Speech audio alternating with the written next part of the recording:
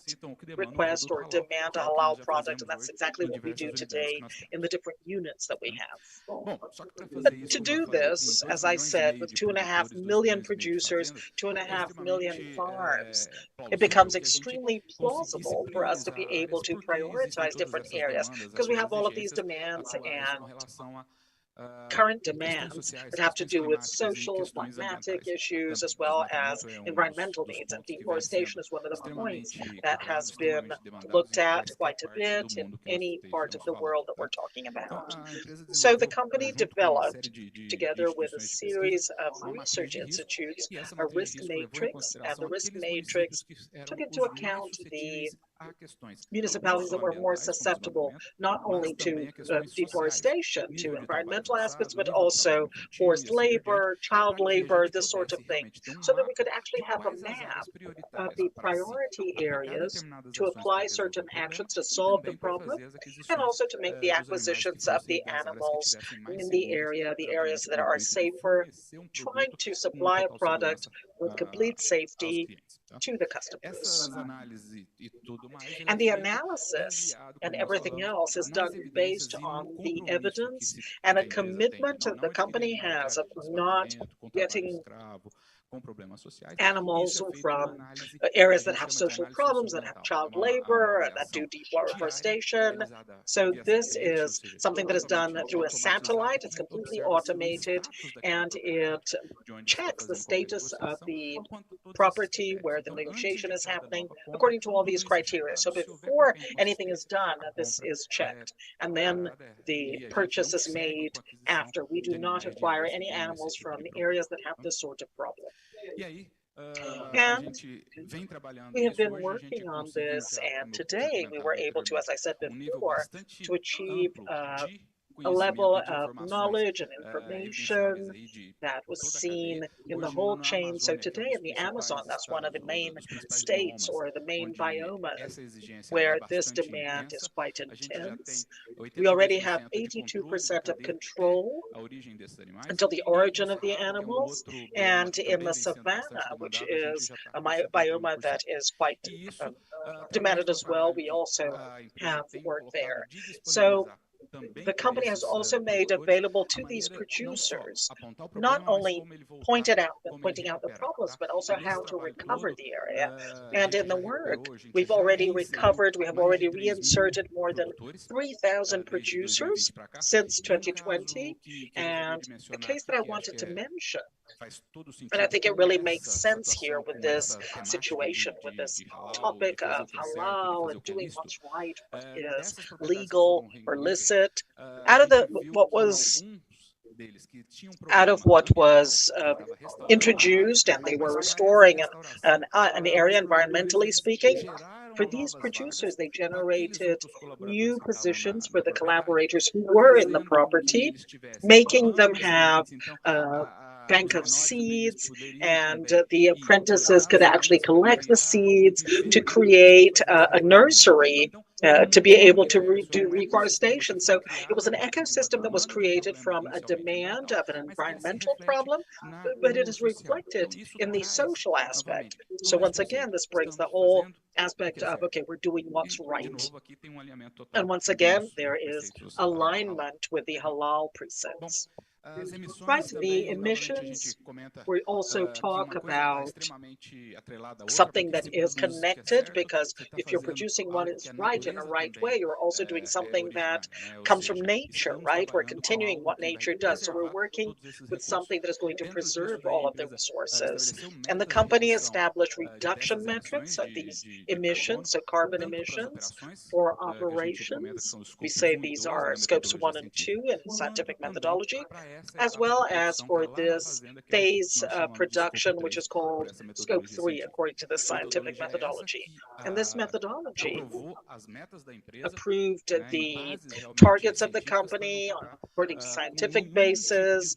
So they had no doubts that the criteria would be simply partial or something like that. So it's a methodology. It's an international methodology that is accepted anywhere in the world, and it is checked once in a while and audited once in a while as well.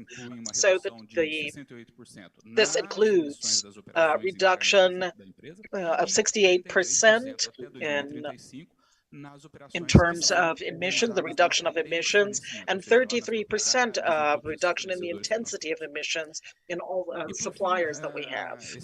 And finally, this is the last slide.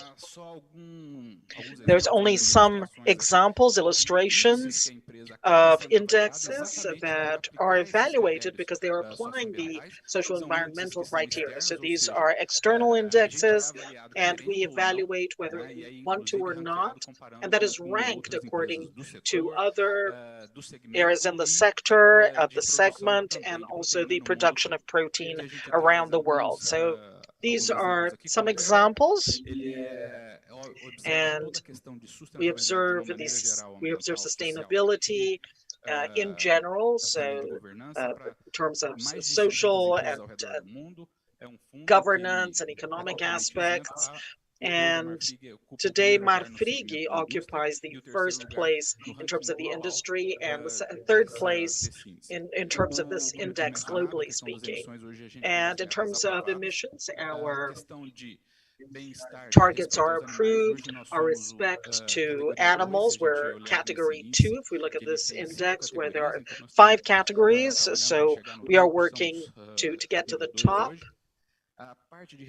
And then respect to people and children. We are the first company in Brazil to place ourselves in Global Child Forum. They are part of this chain.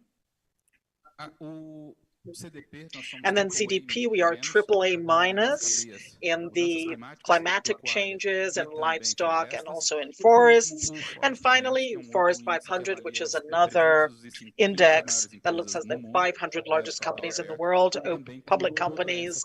We're always talking about environmental, social, and governance issues that reflect on sustainability. So once again, we understand what is right, if it's right to do what's right. Sorry about the redundance. So this is something that once again is aligned to the halal precepts and bringing to this new vocabulary of ESG. One is completely in line according to the other.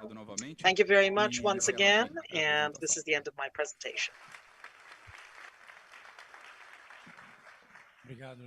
Thank you, Leonel.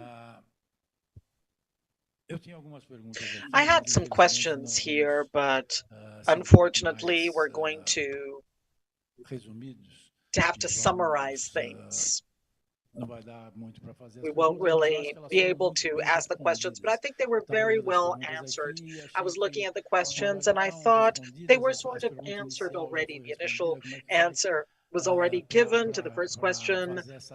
How we actually make this convergence and this synergy and maximizing the synergy. And I would say that it's the synergy between halal and ESG. And I would say that the great lesson here, and I congratulate our 3 members of the panel for the work that you do. How do we do that in the company? How we do this in the sector and to get to the country?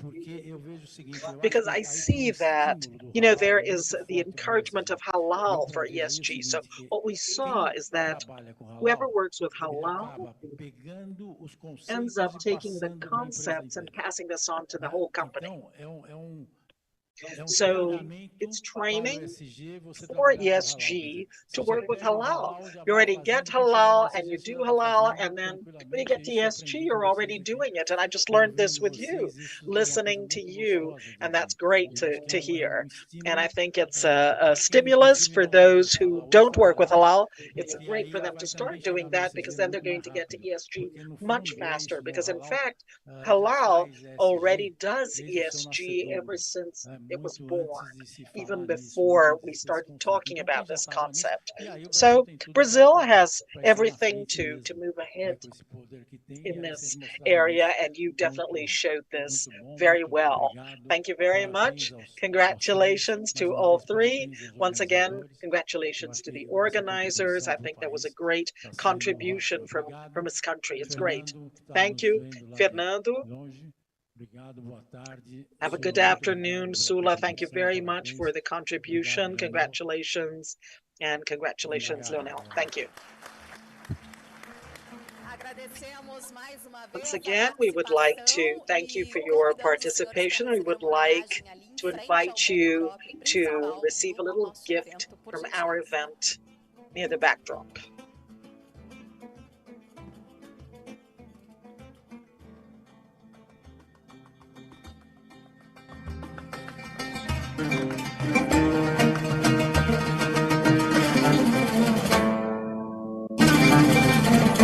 Bom, neste momento nós vamos We're going to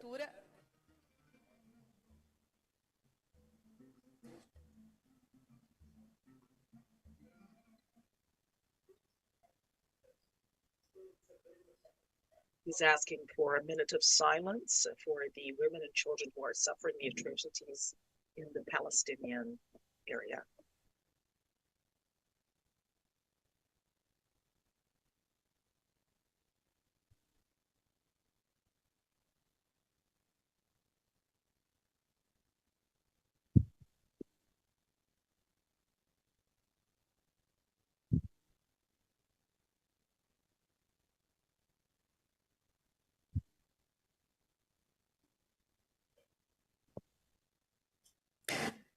Faremos agora então a assinatura do acordo de Have the signing of the technical partnership of Fambras and Consórcio Nordeste.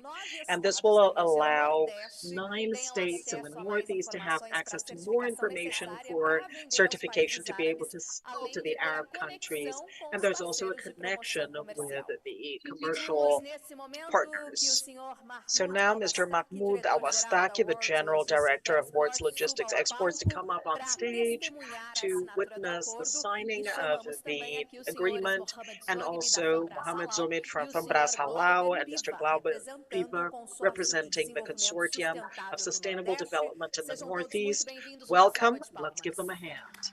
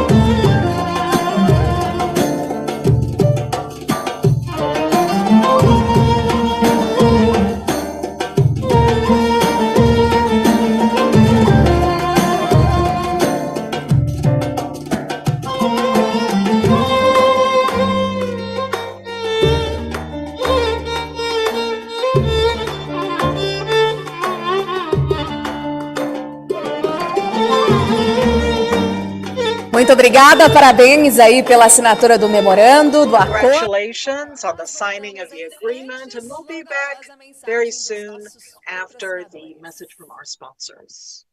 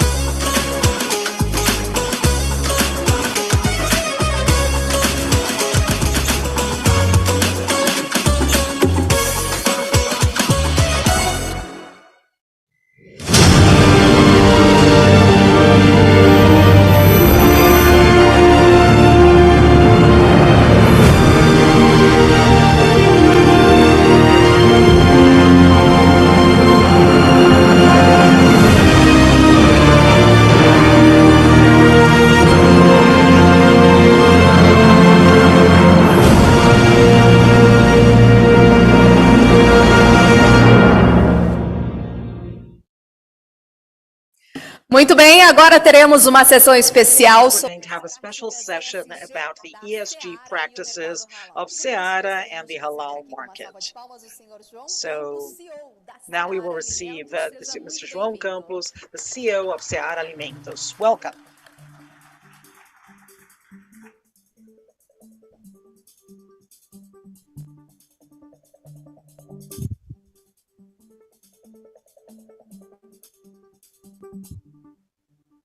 Bom dia. So good morning, good afternoon.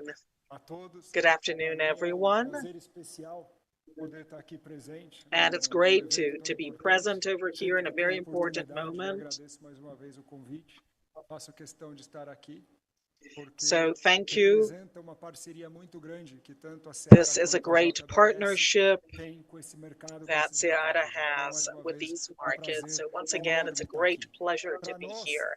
And for us, Seara, we're going to talk about Seara, the JBS group. For us to do quality products, it is a vocation. It's our goal. We focus on that. We believe in that. And that's why we see a similarity, a huge partnership with the halal products. And today, Seara has offered a position and in Brazil and around the world. We export 150, 160,000 tons per month to more than 130 countries, and many of them are represented here. And this makes us very proud, but it also gives us the great responsibility of maintaining the standard that brought us here, and I'm sure it's going to continue to take us away to conquer more partnerships around the world. And when we look at Brazil today, Seara addresses more than 200,000 customers, and it is in 90% of Brazilian homes. But it's not only in Brazilian homes that we're in. We're also in different places with our products. And especially a few years ago, we also had the initiative of going in with our brand in the Middle East. We opened up a factory in Saudi Arabia. We opened a factory in the Arab Emirates. And we are very proud to see how the brand has grown in these markets. Once again, it's proof that the focus on quality and proximity to our customers and partners is fundamental. Now, talking a bit about halal, for us, it has to do a lot with what we do, with our belief and our search for quality and being able to guarantee the origin of the product and the safety of the product. That's extremely important for us on a daily basis, and these are practices aligned with our pillars. Over here, we work with quality, innovation, technology, and these are pillars that make us the greatest poultry exporters in the world, in Brazil, and one of the greatest halal product exporters too. And it's not only in the Arab markets. No, today we're also great exporters to Europe, Japan, and other markets as well. So this talks about the quality and the importance of having a halal certification in our products. In Seara, this is very important. In our 32 poultry plants, 30 of them are approved for halal products. And once again, this gives us great responsibility, and we're also very proud. We're focused on this.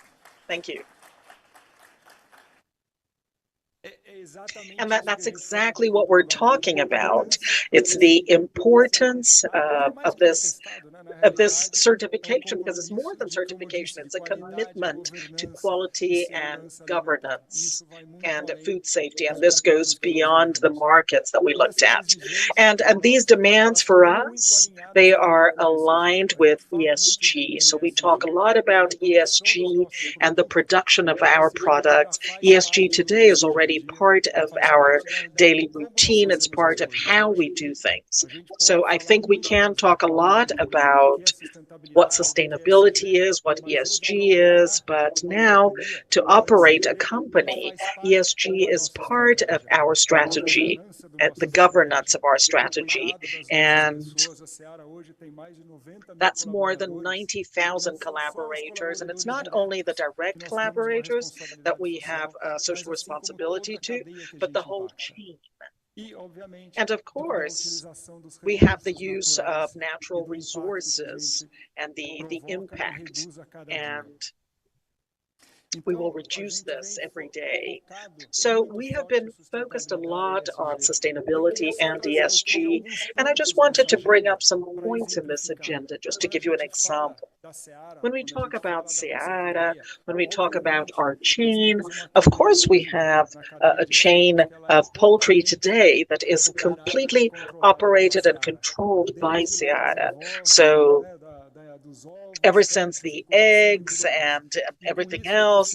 So in this way, it's possible to have great traceability of the whole food chain that we're working with. But this is also a chain that has another very important aspect. It is a chain that we work in partnership with more than 10,000 people integrated. So what are these? So these are small properties, small entrepreneurs that have an operation and they are careful with the growth and the raising, the breeding. And we have worked on the social aspect as well. So working together with these families for two reasons. So the first one is bringing them management on a daily basis. And the second point is working on how we take care of family succession. So one of the greatest challenges today is how do we keep young people in the field? How do we keep women in the field? And how can we make families follow their parents' footsteps, those who created this business? So we have focused a lot on technology, and we have tried to digitalize the management of all of our farms, and this definitely helps to keep young people in this project, and that's so important for us. The second point is extremely important. It is the well-being of the animals we invest in, and this is focused so that the best practices will come and will happen. They will also find innovation in our day-to-day, and this has actually made us be recognized, and we have gotten several international awards for the quality of the management we have in the field and our commitment with the well-being of the animals. And obviously, taking care of, as has already been mentioned, looking at the nature, the elements. So today, more than 60% of our farms already have solar energy, and we have definitely encouraged them, encourage all of our partners to do this sort of thing. So recently, I was in the countryside of Rio Grande do Sul visiting a partner, and he was telling me that he put solar energy. So today, that generates economy for him, and he's also able to give energy to the network, to the matrix. So this reduces not only the cost, but it also helps to receive more money, more than he received before. So the chain as a whole, in terms of sustainability, it is a way of doing the business in a better way. So it's not a way of doing something because you have to do it. No, it generates efficiency and productivity that is even better for what we already have. So it's very important for us to have governance. So it starts with governance, and I'm almost doing ESG starting backwards, but it's the governance of these standards, of the processes, the governance of doing it right. It's the social aspect. It's ensuring that our whole chain, that people directly or indirectly are being taken care of and providing options for it to improve on a daily basis with regard to management. And when I talked about the integrated ways and also the natural resources and how we use this in the best way possible, in the most efficient way possible. So I'm sure that when we bring together sustainability to ESG, to our products, our halal products, this makes us even stronger for the long term, because I think that halal already demands this, and the more we do this, the more halal grows in terms of relevance for the consumers as well, not only the customers. I'm sure halal has a lot to grow, and you have seen this, and we're definitely committed to pulling this agenda and leading this agenda, not only in terms of commitment, but also investing in technology and research to make the ESG agenda to grow and develop even further. Once again, I would like to thank you for the opportunity of being here with all of you. And I know how much of this partnership is important to Seara, it's important for JPS, it's important for all of us, which is to feed the world with what's best and guaranteeing food safety. And this is something that everybody can have, and we are all committed to doing things even better.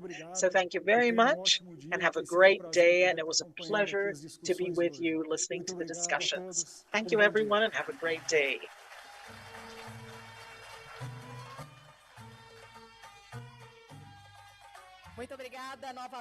Thank you very much, João Campos, for your participation. He's also going to receive a little gift from our event at the backdrop of the Global Halal Brazil. So now we're going to have a special session with Mr. Murilo Curral dos Santos, the Director of Exports of Minerva Foods, and he's going to talk about a success case in international distribution of Minerva Foods in the Middle East. Let's receive him with a round of applause.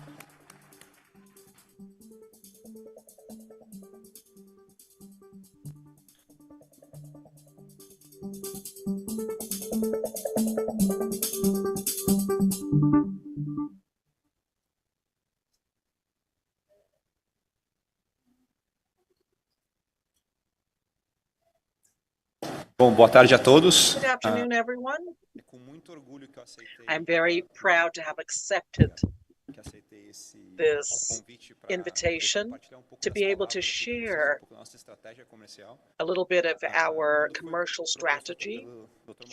And when I was invited by Dr. Mohammed and Dr. Ali, when they decided to take the participation of Minerva in the forum, we wanted to talk about ESG, and we wanted to talk about, well, we thought about some other companies as well, and we thought it was very important to comment on our commercial strategy. Why? Because it is connected to the Middle East.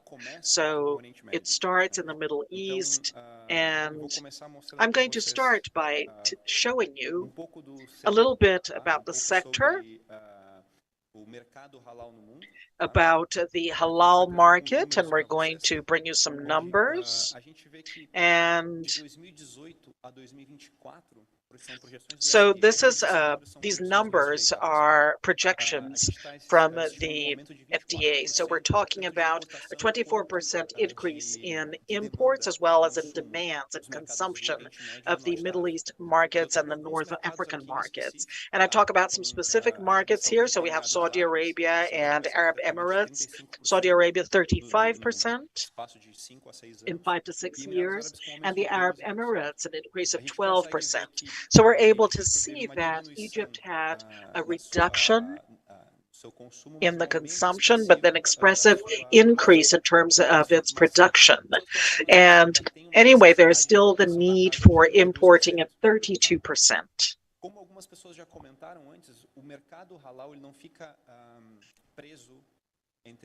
So this halal market is not stuck to the Middle East and North Africa. So I brought some other markets, and in the Philippines, for example,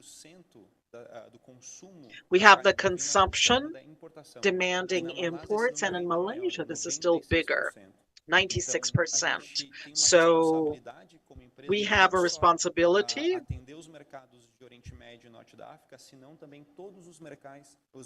It's all the halal markets around the world that we're talking about. So why do we bet on the halal market so much?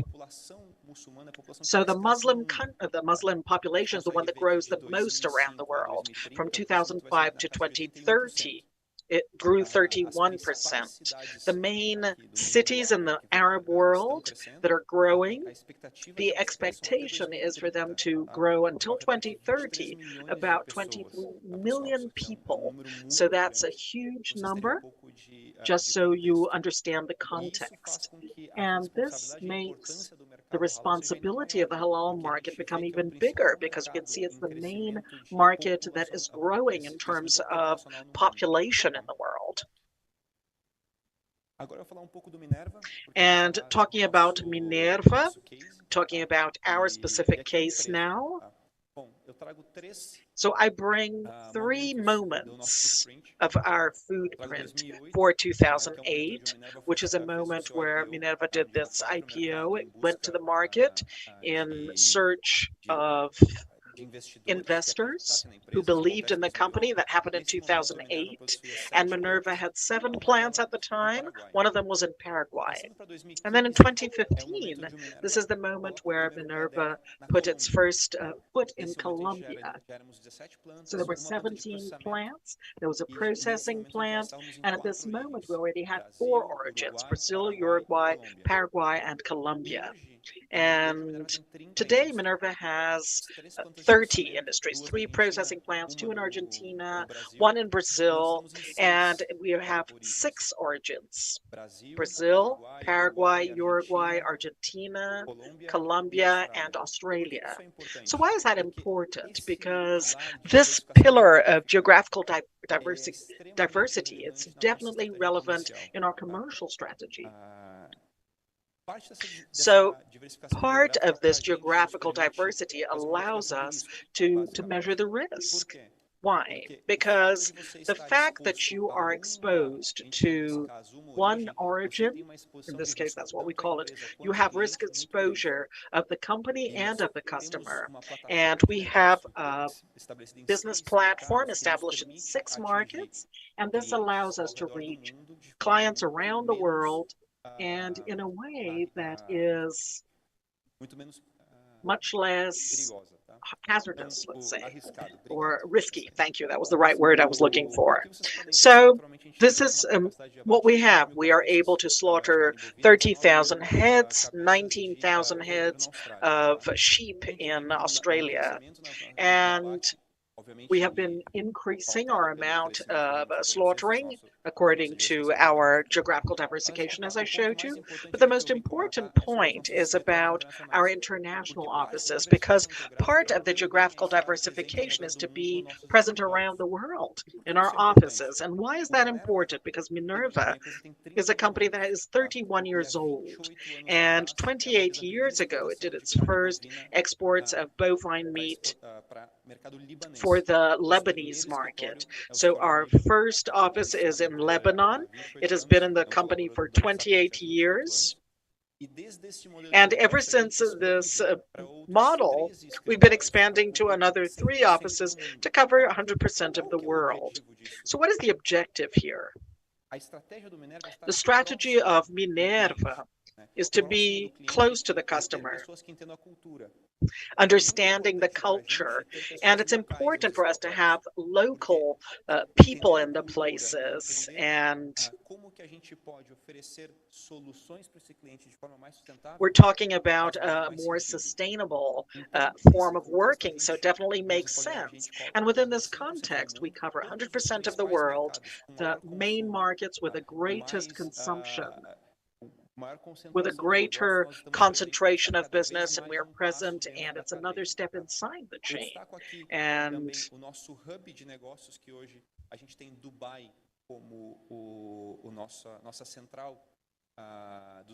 then our center, you're going to ask, why Dubai? So you're 1 flight away from any country in Dubai. and in Latin America, allowing you to have coverage of the time zones and making it easier to communicate, and also making it easy to transmit information between the offices and the origins. And in the Middle East, we have offices today in Argelia, in Egypt, in Lebanon, Saudi Arabia, and in Dubai. So you can see that it's the greatest concentration of offices in this region. This is concentrated in the Middle East. Over here, we have a little bit of our growth in terms of the origins. So since 2003, where Minerva was only had one origin, Brazil, until 2022, when we got into the Australian market.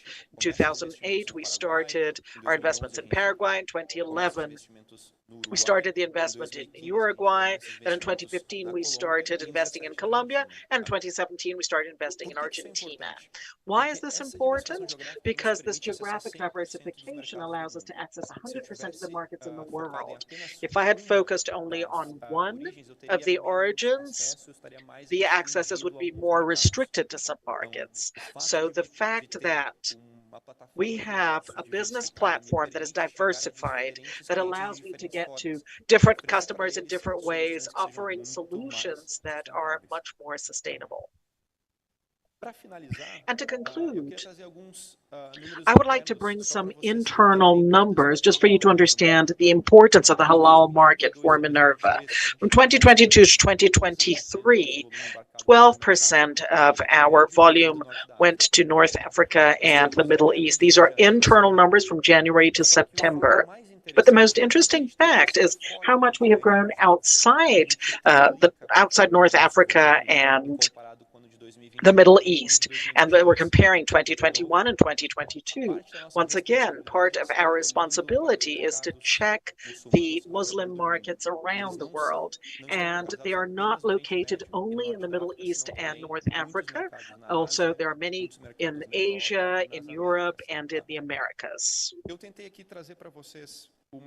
So I tried to bring you a little bit of our strategy, our structure, and how we got to these numbers, and how we were able to develop this business platform. I hope you enjoyed it, and if you have any questions, please feel free to look for me and my team in the hall. Thank you.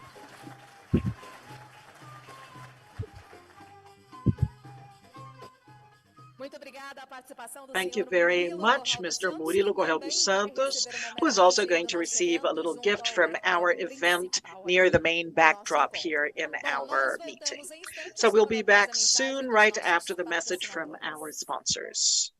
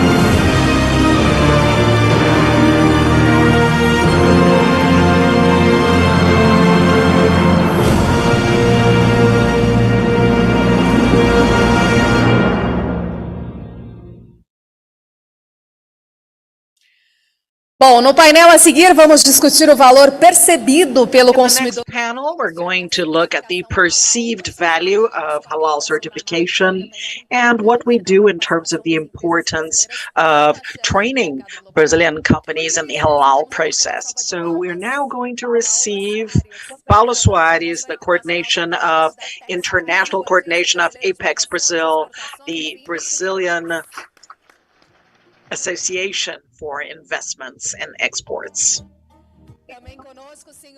Also, Mr. Ashrat El Tambori, the CEO of the Islamic Chamber of Commerce. Let's give him a round. And also in this panel, we have the CCO of the Drops Holding Group, Mr. Khaled El Atat from Kuwait. Let's give him a hand. And Sheikh Zakir Hussein, journalist and chief of operations from Salam Gateway. And to moderate this panel, we're going to invite Dr. Ryan Calder from the Johns Hopkins University in the United States. Welcome, everyone, and let's give them a hand.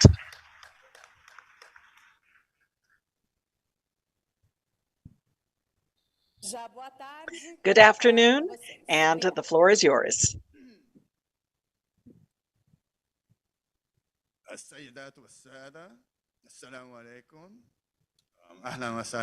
Salam alaikum. Good afternoon, everyone. Welcome and hello. It's an honor to introduce our second panel for the afternoon, and I think almost. Olá, é um prazer. É um prazer ir para esse segundo painel e somos a única coisa entre vocês e o almoço. Value of halal products for consumers. Well, I should warn, we're also going to talk a bit about added value for producers. My name is Ryan Calder. I'm director of the program in Islamic Studies at Johns Hopkins University. I'm assistant professor of sociology there as well, and I spend a lot of my time thinking about halal certification, particularly in a transnational dimension. But I'm very happy to introduce our four panelists, and I'm going to introduce them all, and then they will each have a chance to speak for a few minutes, to present, and then we'll do a Q&A. So, first of all, Ms. Paula Soares, the manager of agribusiness of the Brazilian Trade and Investment Promotion Agency, Apex Brazil. Second, Mr. Khaled El Atat, who is the chief commercial officer of Drops, an e-commerce platform in Kuwait, the UAE, and Saudi Arabia. Mr. Sheikh Zakir Hussein, who is operations manager at Salam Gateway, an information provider many of us are probably familiar with. And engineer Ashraf El Tamboli, who is CEO of the Islamic Chamber Halal. So we will start with Paula. Good afternoon, everybody. It's a pleasure for me to be here today. Thank you for CCAB and then also FAMBRAS. It's a little bit of echo here. I got it now. Thank you. Just to introduce myself, my name is Paula. I'm a coordinator at Apex Brazil. But for you to understand what is Apex Brazil, first I will show you a quickly video, please. A maior biodiversidade do planeta é do Brasil. A capacidade de desenvolver produtos compatíveis com a floresta é dos brasileiros. Um agro forte que alimenta o planeta é do Brasil. E o trabalho duro, a pesquisa de ponta, o desenvolvimento. And this is Brazilian, being recognized for the production capacity, a clean energy matrix, and also the social inclusion project. It's also from Brazil. And being respected for the talent that it conquers the world. It is Brazilian. Apex Brazil takes our country around the world promoting products from Brazil and the talent of Brazilians. Exports are reaching record highs, bringing the best outcomes in history. Our country is moving further and conquering the position that it deserves in the world. It is from Brazil, it is sustainable, it's for the whole world. Apex Brazil, federal government, union, and reconstruction. So this is Apex Brazil. What do you do? We help companies, Brazilian companies, to go abroad and make business. That's what we do. But we won't do this alone. We don't do this alone. We do with a lot of partnerships. At the first panel here, I had a lot of friends with me, APPA, ABEC, and also we have a company that participates in our initiatives. So we do a lot of kinds of projects, and one of them, I can tell, we brought here today 6 buyers with CAB and also 6 journalists here. What do we expect to promote the Brazilian abroad, our companies, and also with these partnerships, we can do more, we can do a lot of things.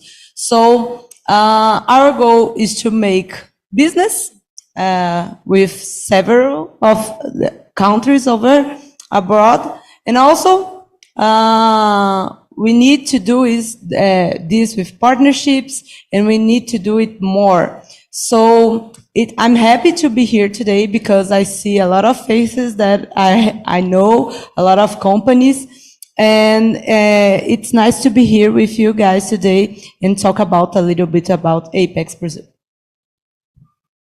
Thank you very much, Paula. And next we will turn to Khaled from Drops. Please go ahead. Hi guys, my name is Khaled Atat. I am the CCO of Drops Group. We are an e-commerce platform, one of the leaders in the region of the GCC that started in 2019 in Kuwait and expanded to other countries. Recently, last year, we expanded to the United Arab Emirates with an head office in Abu Dhabi, and this year we expanded to the Kingdom of Saudi Arabia, having the head office and operation in Riyadh city. So we are an e-commerce grocery platform. When we started basically serving the customer needs in beverages, and expanded to different categories that now serves more than 50,000 SKUs across the 3 countries. In each of the countries, we have central warehouses, which we deliver from, and we adopt a certain e-commerce platform that is somehow hybrid. We're not into quick commerce like most of the online platforms do, and we're not the traditional e-commerce of the next day delivery. So we deliver all your needs as a customer within 2 to 3 hours, depends on the city we're operating in. So this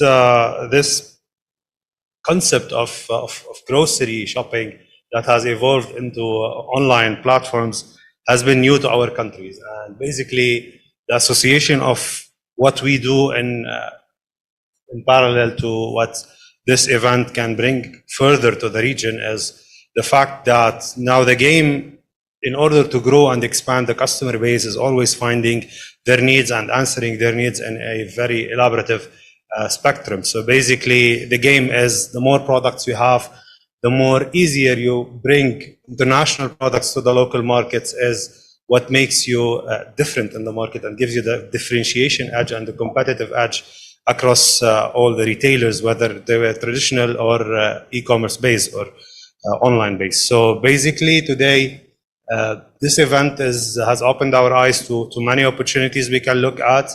I've seen a lot of focus being over the protein business, animal protein business, since Brazil is one of the leaders, or if not the leader of the export in this area. Many huge success stories in our region who we partner with, like BRF and Sierra. We definitely distribute and sell these brands. So building from that perspective, we can see that there is a lot of potential within different industries that can be brought to the region and expand the horizons of the export of Brazilian products to our market. The relationship between this and the Halal project is the certifications needed, because see in the GCC region, which is mainly 7 countries, total population is between 56 and 60 million, and 85% of those are Muslims.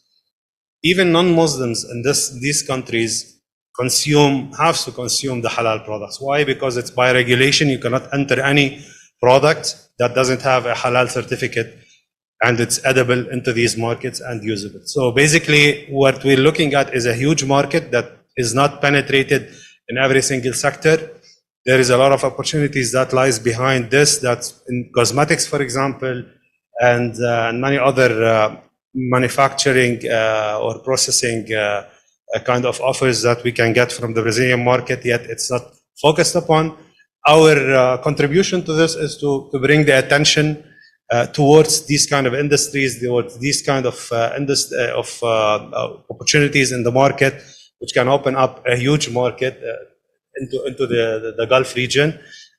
Given an example, looking at today, the cosmetics industry, Brazil is very well known in our area of being one of the leading manufacturers and the providers in this area, yet the limitations in products we can see in our markets is an opportunity there. Yet we look at marketing of other products from other ends of the world, like, for example, just for the sake of example, the Korean products in beauty is hugely penetrating that market, yet the quality that they provide is very similar, if not the Brazilian quality is perceived to be better even. And all of that can happen only if the focus and the marketing of the manufacturers that are here with the specifics of the market and what are the needed documentations that being halal products is one of its core, can bring this whole forum to further expansion within our region with the efforts that the guys are doing. This is in brief, and just I wanted to bring a little bit of a consumer or a customer perspective to the panel. Really thankful for the invitation, and we're looking forward to see more of the Brazilian contribution into the products that we can find within our region. Thank you very much, Khalid. And now we'll turn to Sheikh Zakir from Salam Gateway. Bismillah ar-Rahman ar-Rahim. Thank you so much for the opportunity, first of all, to ABCC, FAMBRAS, and Apex Brazil to inviting us to the panel. Value that halal adds to the consumers. We have seen multiple examples previously. Companies like Minerva, BRF, and the other companies who presented before us. We have seen what adding halal to the product line has done to them, the kind of success that they have seen. I would, our company, Salam Gateway, every year we produce an annual report. It's called the State of the Global Islamic Report, which is kind of an industry standard. The last report that we produced, our projection, the Muslim spend that happened, in 2020 in food and beverages, pharmaceuticals, and cosmetics was $2.2 trillion. And we project this would, actually $2 trillion. And we have projected that this would go to $2.2 trillion next year in 2024. So this is the market that businesses can no longer ignore. And we have seen great examples of that happening in Brazil and other countries. From a media point of view, I'll talk about, the brand image, because that is also something that, is part of the discussion of the panel. I think, companies need to showcase their commitment to the principles of halal more clearly. That's one of the stepping stones for success. And we have seen that happening with some of the companies that presented here. We need more and more such examples. And that's where companies, media companies, media platforms like Salam Gateway can actually play a great role. Like I said, we produce the Global Halal Economy Report every year, but we also produce a lot of customized reports for companies, and we work with government agencies from across the world. From the GCC, and also, different countries like Malaysia and Indonesia. And, so there needs to be a strong relationship between the media, and companies. Because what we do is we provide insights into the global halal market, which would be a great repository for Brazilian companies, to get to understand the Muslim market. And, that's where we come in.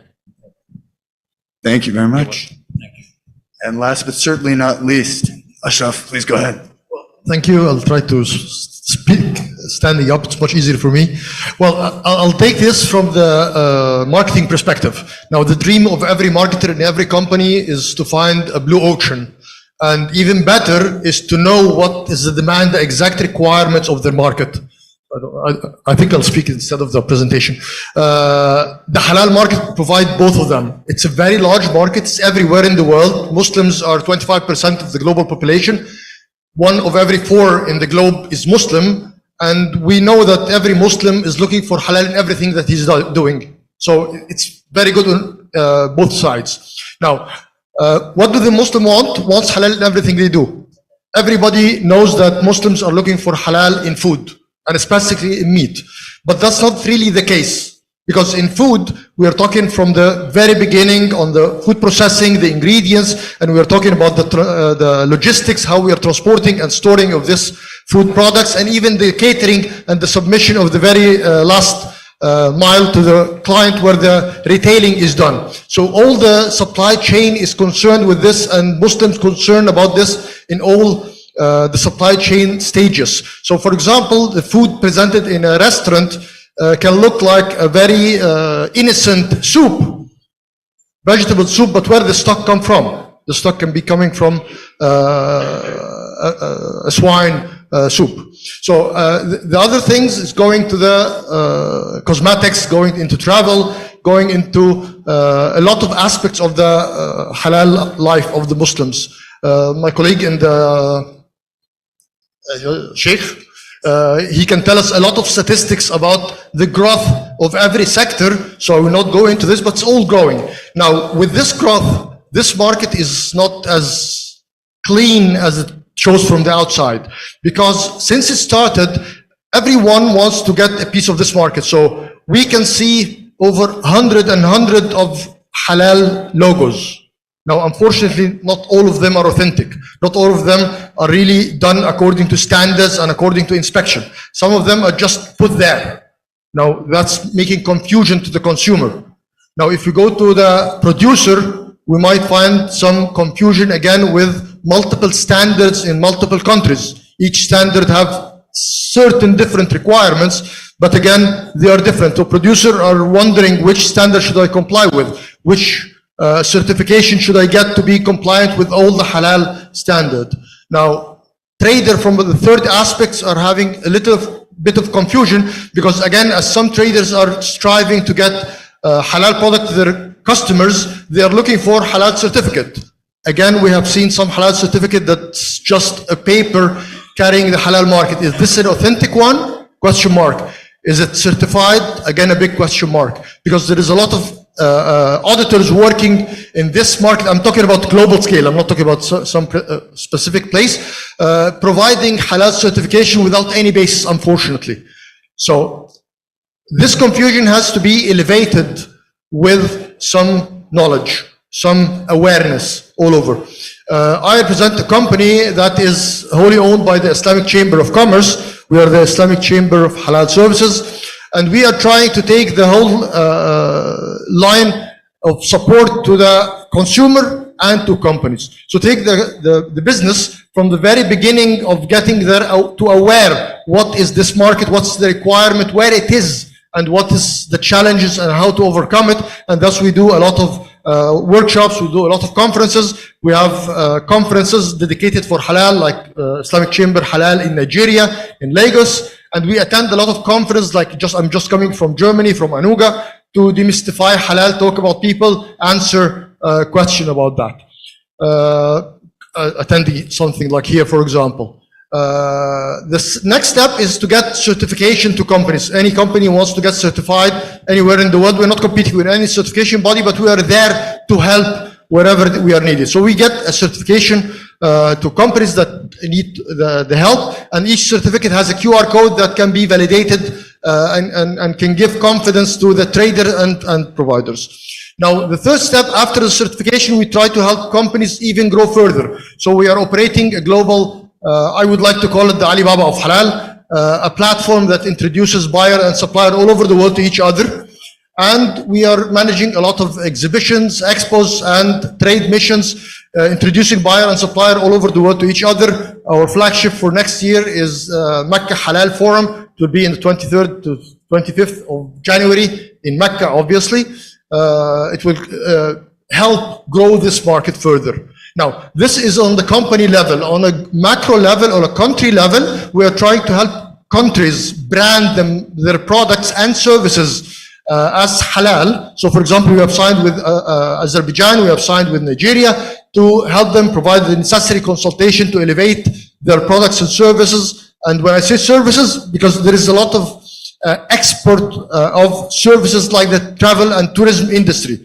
Just yesterday, I arrived to this hotel and I found in my room a prayer rug, a Quran. It was in Portuguese, but anyway, that's fine. And a direction for prayer. Now that's not typical, but what it tells me that it is halal friendly room. It was very easy to do, but it is a service that they can do. So again, halal tourism is growing and it's gaining traction, and even in countries like France and Russia, it is there. So it's a way of exporting services. So we help countries, we help companies, and we'd like to grow this market qualitatively and qualitatively so that any Muslim anywhere in the world can find halal products and services that they can help. Thank you very much. Thank you very much, Ashraf. Now we're going to turn to Q&A, and we'll have about 4 minutes. We're going to have one question for each panelist, so 4 minutes per person. So Paula, tell us about the Halal do Brasil program. What role does it play in promoting the access of Brazilian companies to the global halal market? Talking about the project, first I need to introduce you that Apex Brazil has around 22 projects for the agribusiness sector, right? So in partnerships with CCAB, we have this project called Halal do Brasil. In English, you mean Halal of Brazil. And what we do, we have several initiatives. It's a 3-year project, and we want to organize the sector to understand what is halal, not just the certification, but what is behind the halal. Companies now don't have this information here in Brazil. We know we are the first exporter of protein and also the halal protein, but the other sectors, much of them don't know about the certification. So the first step that we need to do is to spread the knowledge, to understand what is behind the certification and about the sustainability, about all the supply chain that is involved. So this is the first step. The second step is to certificate. When we talk about the food, we have inside this project the opportunity to the company to apply for the certification and also have financial involved from Apex Brazil to help them to get there. So this is the second step, and the third step, as you may expect, is to sell and go abroad and participate in trade fairs. So we are going to do the Saudi Halal Trade Fair in partnership with CCAB, and also we do missions with the government. We brought buyers and also journalists for this event, and this kind of action is really known for us. But for the halal market, it's just the beginning. We are doing this project, and the project has just 1 year of life, so we know we can improve a lot. And also the companies in Brazil is going to know more about the halal market and also the opportunities, and then get them prepared to sell to the countries, and not just for the countries that are here today, because we know we have a lot of people that consumes halal in other countries, in Europe, in the United States, and also we have to spread this knowledge, because everybody's now inside a little box, and now we are opening it. So this is one kind of thing that we do, and this project is a little bit different from the others, because we can apply from different sectors. Now we are starting with food, but we know we can improve with tourism, with fashion, and we know we have a lot of things that we can do in partnerships. So if you are a company that wants to understand a little bit more about halal market, and also you want to certificate your company, please talk to us. We have here my friend Deborah. She's the leader of this project, and you can ask about how to join in. So this is my final message. Please come to the Halal Project too. Thank you very much, Paula. It's so interesting to hear how deeply Apex Brazil goes in trying to encourage companies to get involved in halal here in Brazil. Thank you. So our next question is for Khaled. There are a lot of people here who are interested in exporting to Muslim majority markets, including the GCC, which is of course where you're based.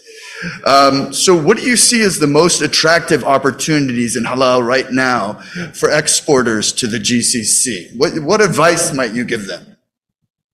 See, as I have referred earlier in my discussion, that there is a huge potential across a various spectrum of industries, and the industries that has been focused upon till now in the region are still a very small fraction of what the market can provide in terms of processed products. So basically today we're looking at leaders in the market that goes into certain areas such as the protein, the animal protein, but there are many opportunities that goes towards cosmetics, fruits, exotic fruits, these kind of industries that can differentiate the Brazilian industry within the region. At the same time, when you look at investing in a market, the basic elements that you look at commercially are the products, the pricing of the products, the process of getting the products there, and the presentation of these products. So the wide spectrum that the Brazilian industries can provide is a lot of products by default. So this will expand the opportunities of growing further importers in the region for these products. The pricing is a really competitive pricing with respect to the other areas of the world because of the costing systems and everything that's related to the industry in Brazil. And adding to it the last two elements which are main, the process of getting the products over there, which is the supply chain. Definitely the distance between our markets and the Brazilian market is immense, and that's why there should be a certain focus on the supply chain and how that can be efficient towards the product nature as well as the costing of these products in the region. And the last but not least is the presentation that can be looked at from a marketing perspective of how to market the products for the final consumer and what to bring to their head as the first thing that comes to their mind when they think about Brazilian products. Basically, the perception behind Brazilian products are quality products, so we're halfway there. All what we have to do is to look at further enriching this concept to get the customer more friendly and more familiar with this kind of an offering. So it all depends on which extent the manufacturers are ready to expand their horizons to get to that market, but the market is demanding. The market is always thirsty for new products, new innovations, the cross-cultural variation of products. So it's always an opportunity. All what has to be done is to focus on how to get it there. And I think this project brings down a lot of barriers towards manufacturers who wants to go there and how they should act towards that. That's great. Well, that sounds like good news. It sounds like you're saying there are quite a few opportunities for Brazilian exporters and other exporters here. Thank you, Khaled. So Sheikh, you published a fascinating article in Salam Gateway in August about the halal status of laboratory grown meat. Right? So this is not vegetable meat. This is meat that is produced from cells such as bovine cells, but grown in a laboratory. Tell us more about this from a halal perspective. Are many halal certification agencies thinking about whether and how to certify laboratory grown meat? And if they're not thinking about it, why aren't they thinking about it? Sure. So I'll give a brief information about this particular company which sought this ruling, the fatwa. So this company is Good Meat, a company called Good Meat. So they sought a ruling, a fatwa from a group of Islamic scholars in Saudi Arabia who said that lab-grown meat can be considered halal given a certain criteria is met. So the company in question is currently not producing, is not complying with such things, but they do intend to do that. So this fatwa is groundbreaking in that way because this is, I think, one of the first such fatwas that was given, which says that meat produced in lab by cells can be considered halal, given the criteria is met. Sure, there would be a lot of resistance, that would come in its way, as we've seen in many such innovative products in the past. But I think it provides a framework for other Islamic scholars to consider it and to look into it more seriously, and probably, and as long as the criteria is met, more and more companies would come up with such products. And the reason, why there is why certain agencies have not gone into it is because there's lack of awareness in the Muslim market about it. Especially there is concern about whether this meat can be considered halal or not. But with this fatwa, that's going to be changed. But there is a lot of information that needs to go out there because a lot of people are not aware of it.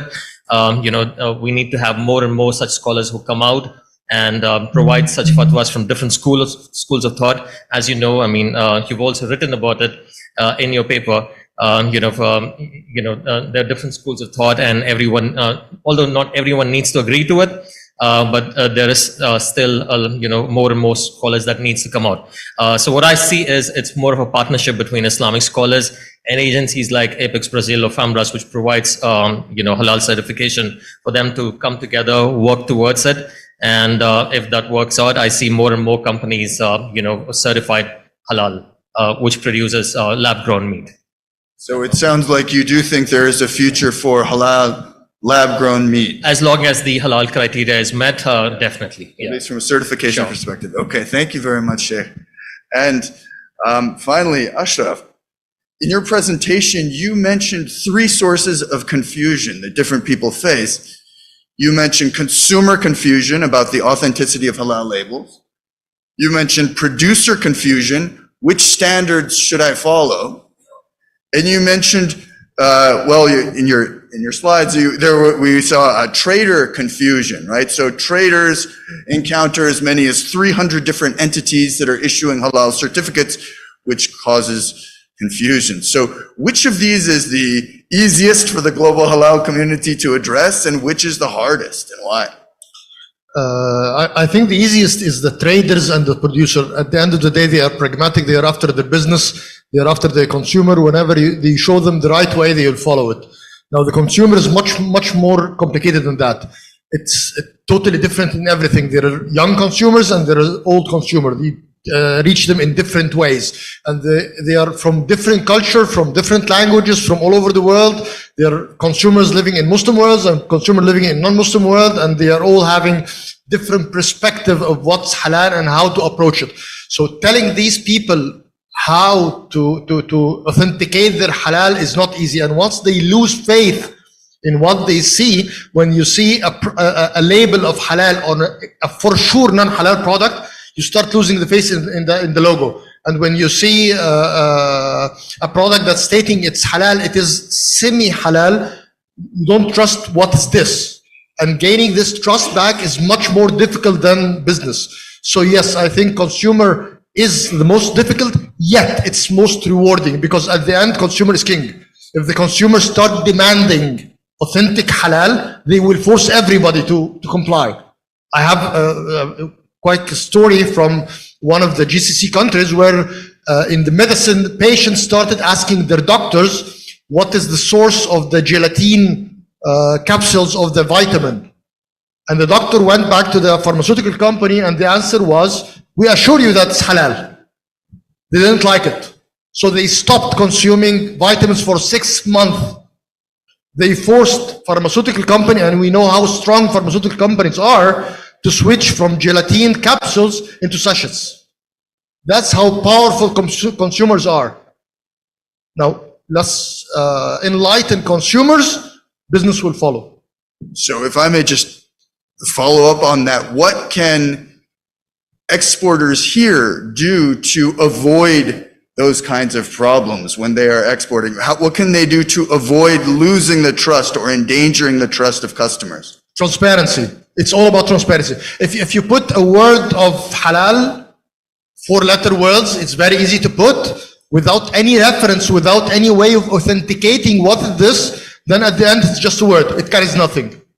If I went to any producer and asked him, please put this label, he will do it. He will ask what font, what size it is. He doesn't care what it is. But again, the idea is transparency.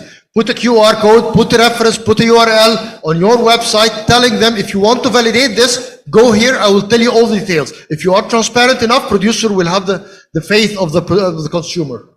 Wonderful. Thank you very much for that. Well, we're all finished, so please join me in giving our panelists a round of applause.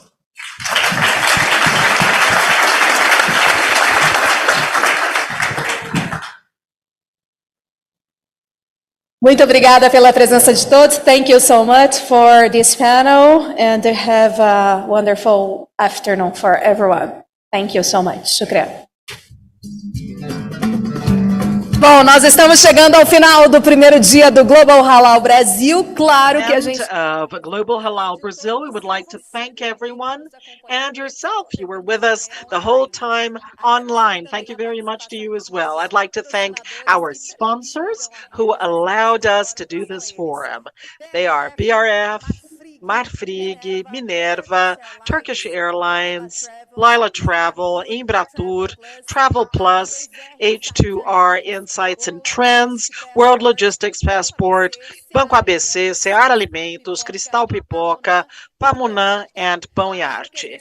And of course, we'd also like to thank our official supporters, Apex Brazil, Ministry of Services and Foreign Affairs, also the Islamic Chamber, the Union of Arab Chambers, and the Arab League. And tomorrow we're going to continue our second day of Global Halal in Brazil 2023, and registration will start at 8 in the morning, and the opening will be here at 9 o'clock. Brasilia time. We also have a special invitation. This afternoon, we're going to have in the same plenary session, WTC. We're running a little late, but we're going to continue our program with the Scientific CETEX Halal Congress after lunch. And this is going to be about research and studies to understand markets and consumers, and the presentation of work about halal. This Congress is promoted by the International Halal Academy, and it has the FOMBRAS and the Brazilian Arab Chamber of Commerce support. So thank you very much for being with us, and thank you for our viewers online. See you tomorrow.